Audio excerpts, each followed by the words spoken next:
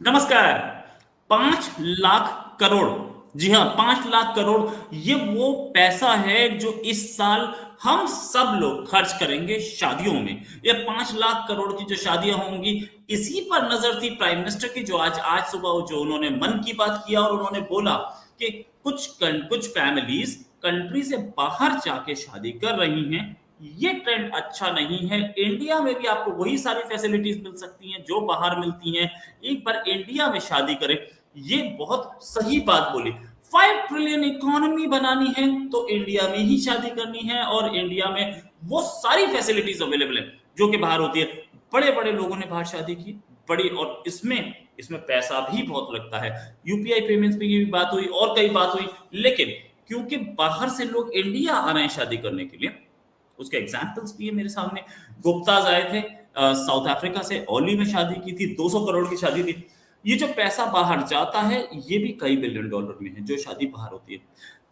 Prime minister ने इसी को टारगेट किया और ये भी बोला कि हमारी इकोनॉमी अब अनस्टॉपेबल है, कोई इसे रोक नहीं सकता। इसी बात करने के लिए हमारे साथ अभिषेक मिश्रा जी। अभिषेक जी एक्सपर्ट हैं इंटरनेशनल अफेयर्स में, साथ में फॉरेन में रह के पढ़ भी चुके हैं। इनकी पढ़ाई पर अलग बात करेंगे किसी दिन। डॉक्टर साहब, बहुत बहुत स्वागत है आपका हमारे शो में। डॉक्टर साहब, ये जो प्राइम मिनिस्टर ने टारगेट किया कि आप फॉरेन में शादी कर रहे हैं, ये एक गलत ट्रेंड है। क्या प्राइम मिनिस्टर का टारगेट इकोनॉमी है, या वो इंडिया को as a tourism destination promote कर रहे हैं, या इंडिया को as a marriage destination promote कर रहे हैं? पहले ही हम हेल्थ के मामले में, हेल्थ टूरिज्म हमारे यहाँ बहुत अच्छी है।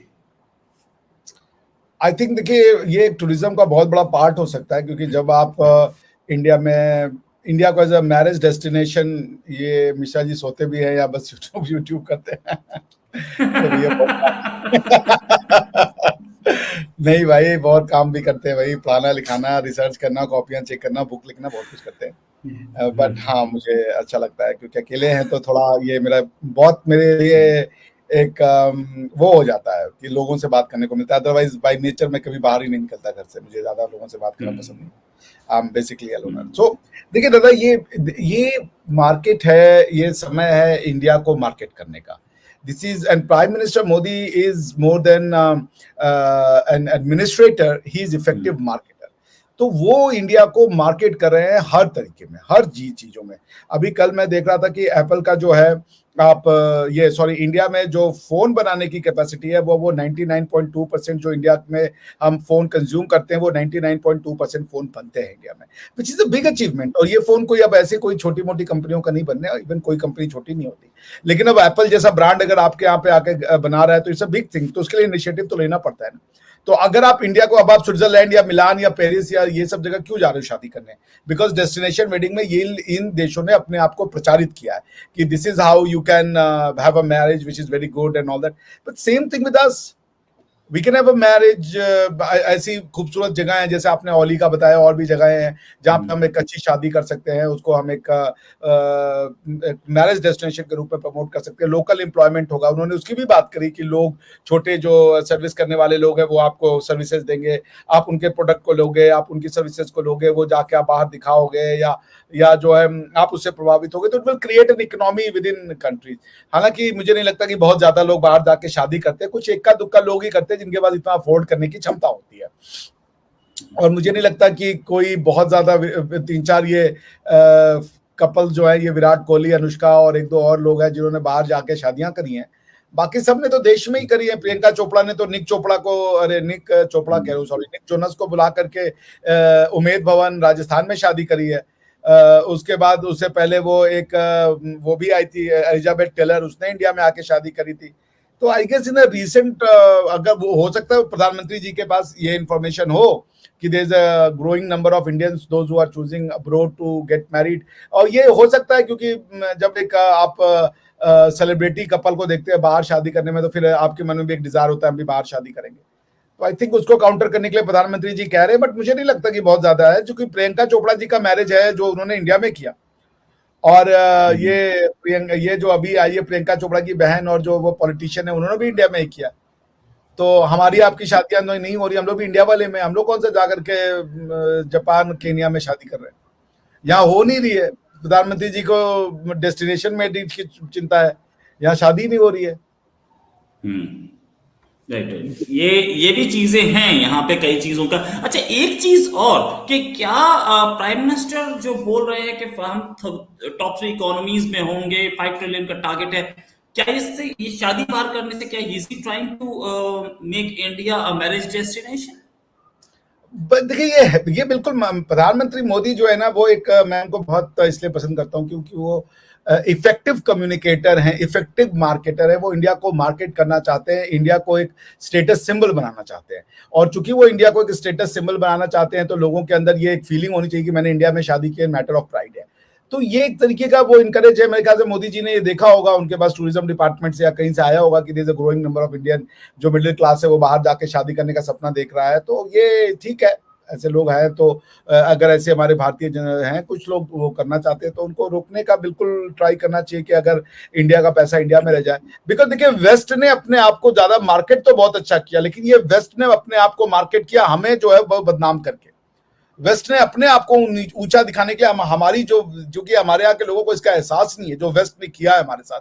अपनी किताबों में हमें पढ़ाया कि हम घटिया लोग हैं और हमारे यहाँ कास्ट सिस्टम चलता है और कैसे ये गंदा वो है। हम साइंस एंड टेक्नोलॉजी के लोग हैं, हमारे मंदिर भी जो है वो साइंस एंड टेक्नोलॉजी का एक अप्रतिम वो है, क्या नाम है, नमूना है। और हमें तुमने दुनिया में क्या पहचान बना दी है हमारी, स्नेक चार्मर से। जिसने जीरो दिया वो स्नेक चार्मर है, जिसने योगा दिया वो स्नेक चार्मर है, जिसने पहली दुनिया की प्लास्टिक सर्जरी दी वो स्नेक चार्मर है, जिसने दुनिया को कैलकुलेशन सिखाई वो स्नेक चार्मर है, जिसने तारों की भाषा सिखाई वो स्नेक चार्मर है। और तुम ये आज से 500 साल पहले ये मानते थे कि धरती चपटी है और तुम जो है वो दुनिया के बेहतरीन लोग में से एक हो। ये वेस्ट ने किया है हमारे साथ, अपनी किताबों के थ्रू, अपने कल्चर के थ्रू ये बता दिया कि ये तो घटिया लोग हैं। और हम देखिए आज हमारे यहाँ पे ये भाषा तो है ना, हम अंग्रेजी को लेके कितना प्राउड फील करते हैं। तो there is a, I think Indian should do something about it, and Modi ji is absolutely right in that sense. मेरे एक जनाब ने पूछा, रोहित जी आपकी शादी कहाँ हुई थी? यार मेरी शादी कहाँ हुई थी, मेरी शादी अपने ही कंट्री में हुई थी, अपने ही शहर में हुई थी इनफैक्ट।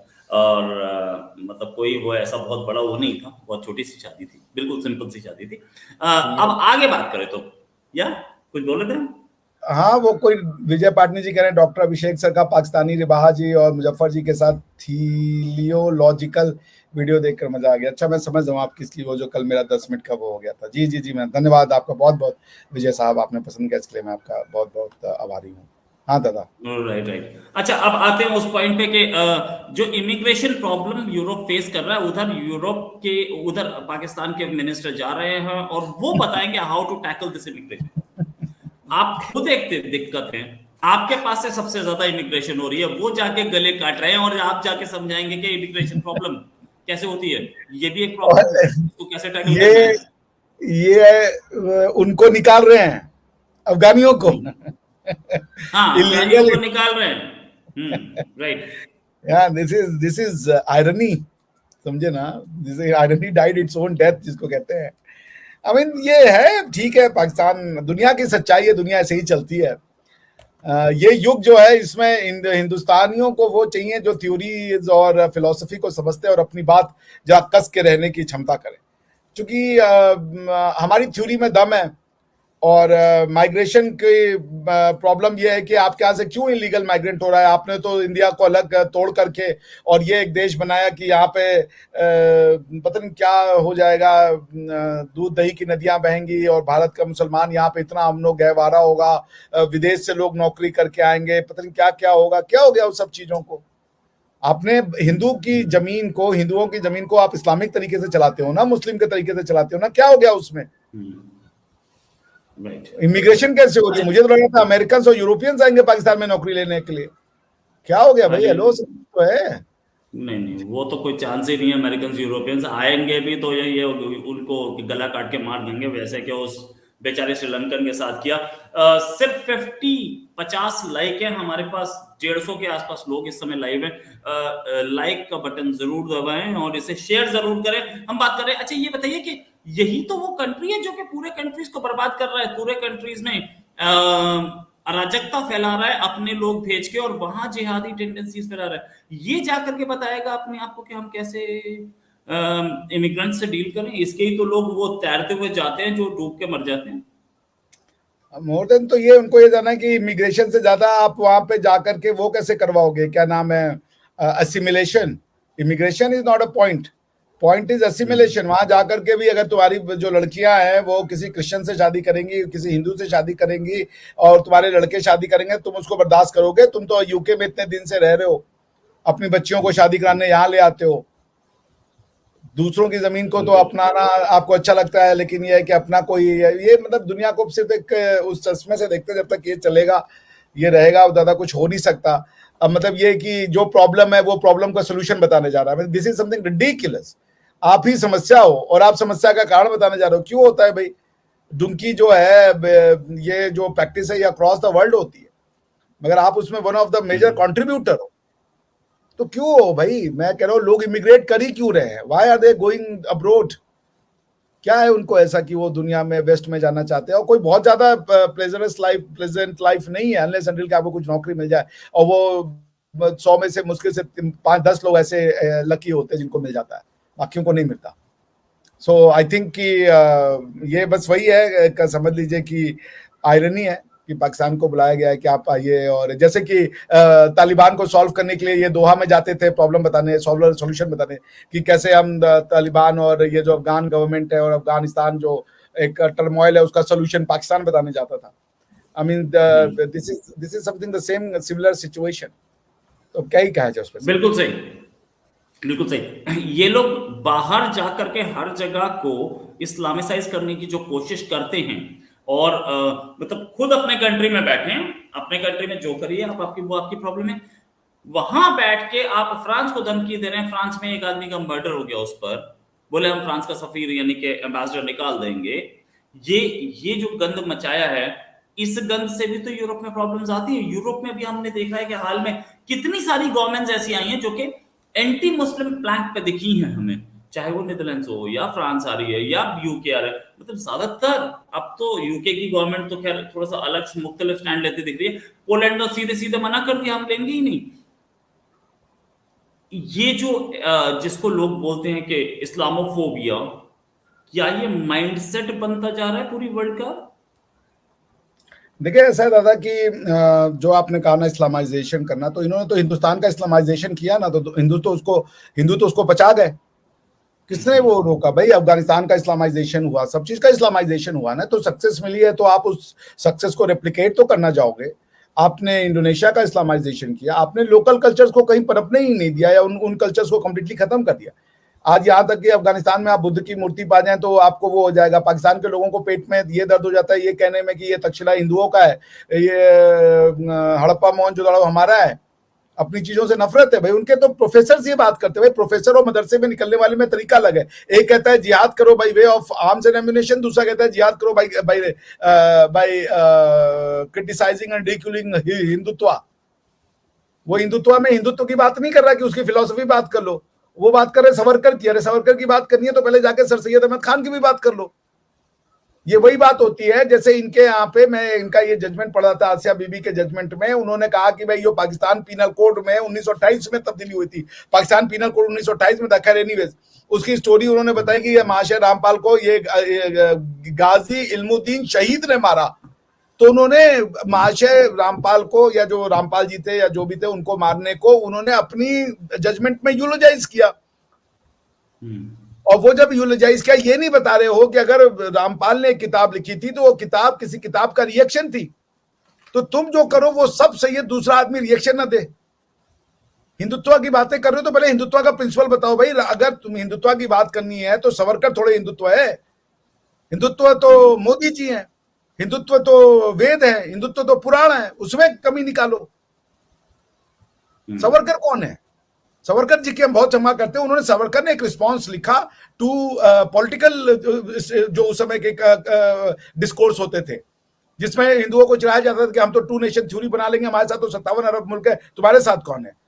जब अपने ही देश के लोग दूसरों की बातें करते हैं तो आज तुमने तो कितना दुख होता है जब आज तुमने अफगानियों को क्यों निकाला? अफगानियों को इसलिए निकाला ना कि वो पाकिस्तान की धरती पर रहते थे, लेकिन बात वो अफगानिस्तान की करते थे। तो सावरकर ने किसी कंटेक्स्ट में कहा था, वो हिंदुत्व नहीं है, वो सावरकर के पॉलिटिकल आइडियोलॉजी एक कंटेक्स्ट में, एक टाइम पीरियड में, कालखंड में लिखी गई बात थी। वो कालखंड आज नहीं एग्जिस्ट करता। लेकिन तुमने कभी सर सैयद अहमद खान की भी किताबें पढ़ी है? मैं सर सैयद अहमद खान की किताब लाके पढ़ के आपको बताऊंगा कि उन्होंने हिंदुओं के लिए और मुसलमानों के लिए क्या लिखा है। राइट। टिंडर बॉक्स पढ़ लो भाई, एमजे अकबर की किताब कि कैसे टू नेशन थ्योरी शुरू हुई। वो सावरकर को पकड़ लिया और उसके आगे वो मुड़ना नहीं चाह रहे हो।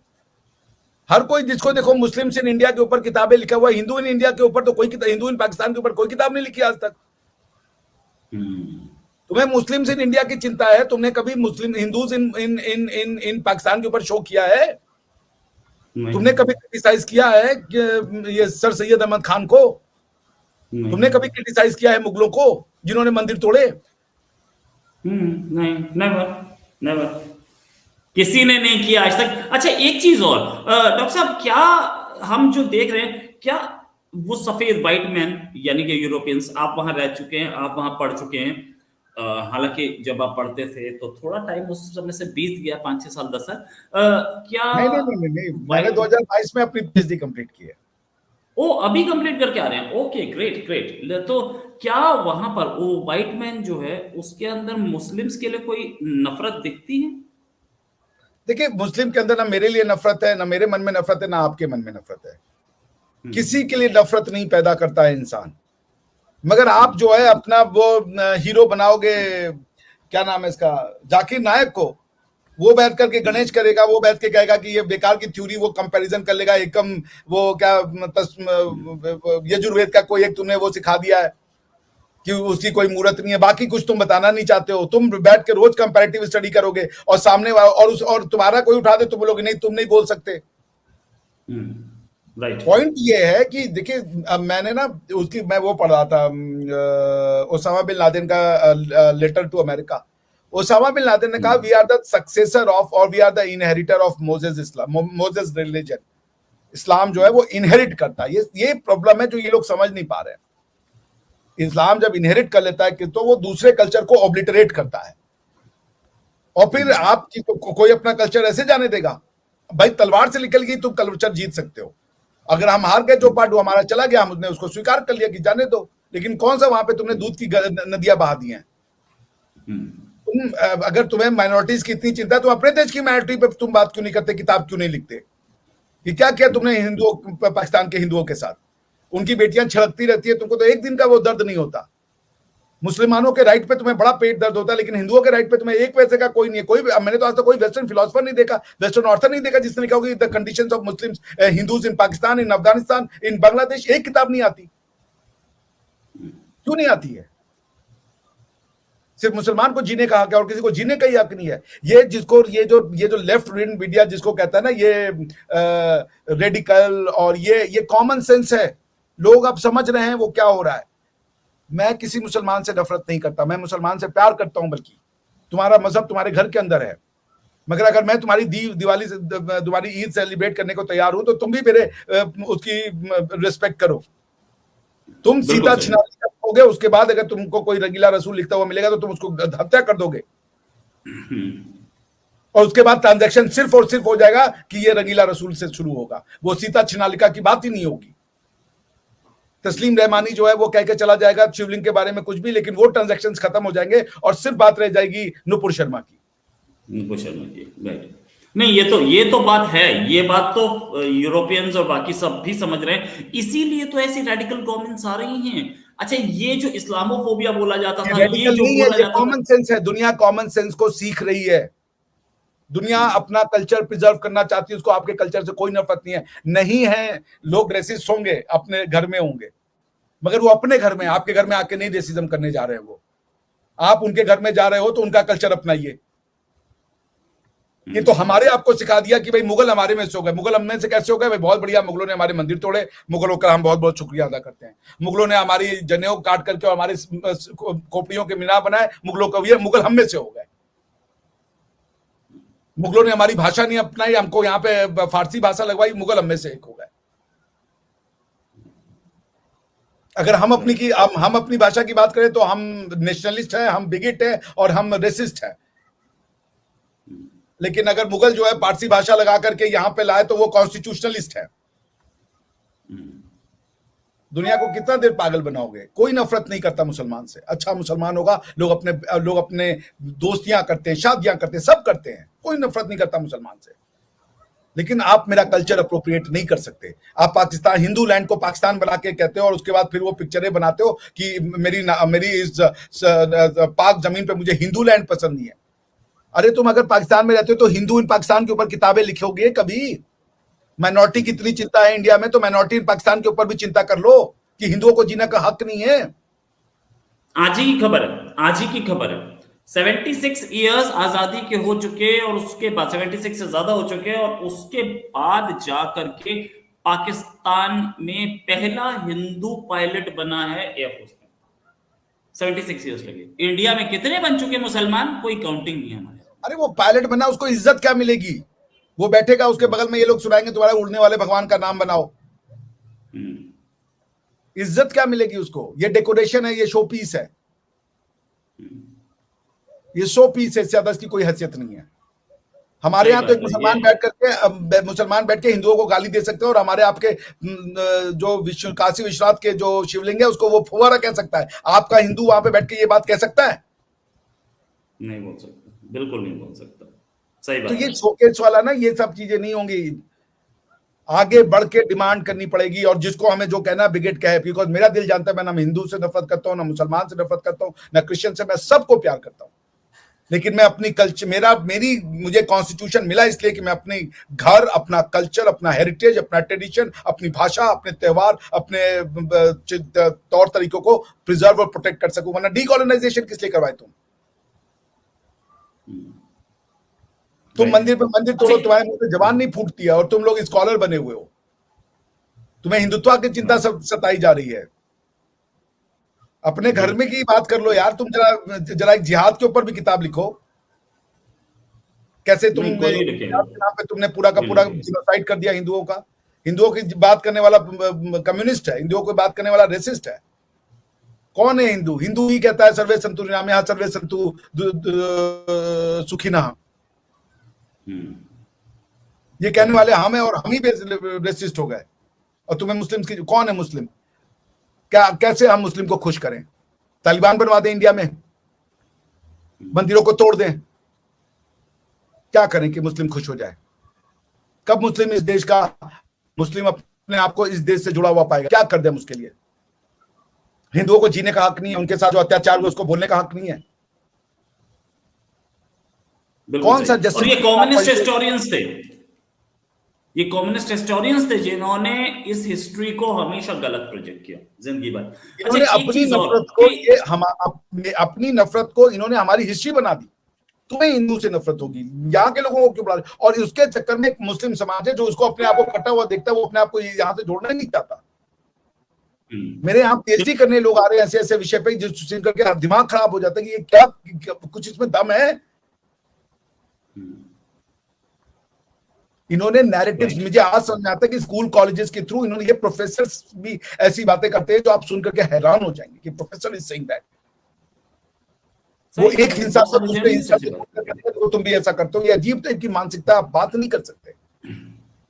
मैं एक बड़ी फेमस जर्नलिस्ट को जानता हूं जो कि एक टाइम पे, आज से 20 साल पहले की बात है, मैं उनके साथ काम किया करता था। वो खुद बोलती थी मैं ओसामा बिन लादेन की चौथी बीवी बनने के लिए तैयार हूँ। बड़ी फेमस है आज की डेट में वो। खैर, इससे भी आगे बात करें तो ये चीजें होती हैं। लेकिन एक चीज, हाँ जी, नाम नहीं जानता मैं उनका। मैं आपका नाम ये खत्म होने के बाद बताऊंगा।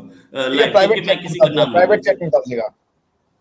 हाँ, बात कर लेंगे, खत्म हो ही जाएगा अभी यार उसके बाद। अच्छा, एक चीज और, ये कहानी कि जितनी भी गवर्नमेंट्स हैं, पहले बोला जाता था कि इंडिया में क्योंकि हिंदू कट्टर हो रहा है इसलिए मोदी गवर्नमेंट आई।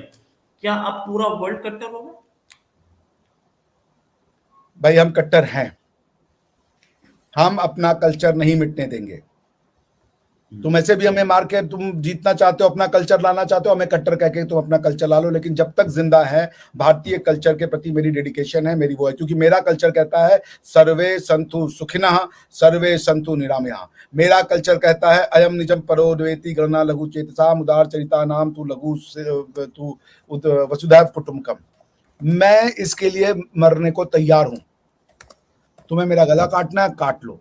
तुम्हें झूठ की बातें करनी है तुम कर लो, जो सच है वो बोला जाएगा। और इसके लिए मुझे तुम बिगेट कहना चाहते हो, कह दो, क्योंकि कैरेक्टर असैसिनेशन तो होगा ही जब आप इस फील्ड में आए हैं तो। लेकिन मैं इस देश की कल्चर, ट्रेडिशन और उसका वो हूं।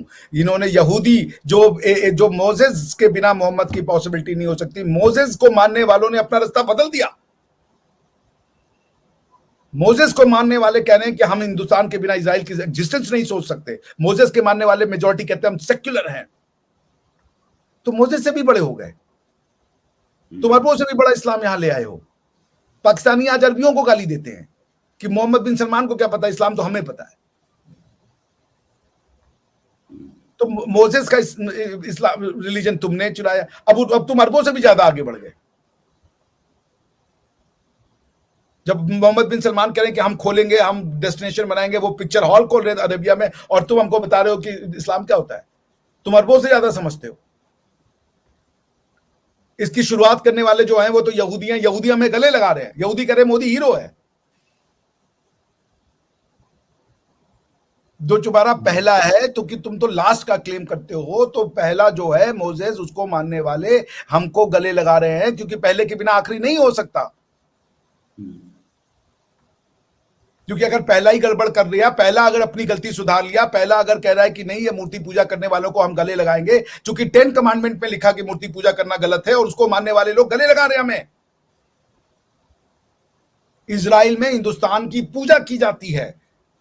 कौन है हम? मूर्ति पूजक हैं हम, प्राउड मुशरिक हैं हम। और मुशरिकों को गलत कहने वाले, आज आप हमारी इजराइल में जो पोजीशन है वो देख लीजिए। बिना मोसेस के तो जीसस नहीं है, बिना मोसेस के तो मोहम्मद नहीं है।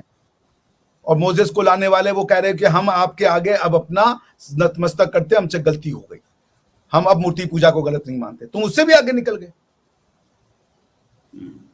राइट। जब जो तुम्हारा पहला गुरु है, गुरु गोविंद सिंह जी हमारे 10वें गुरु हैं। पहले गुरु तो गुरु नानक देव जी हैं।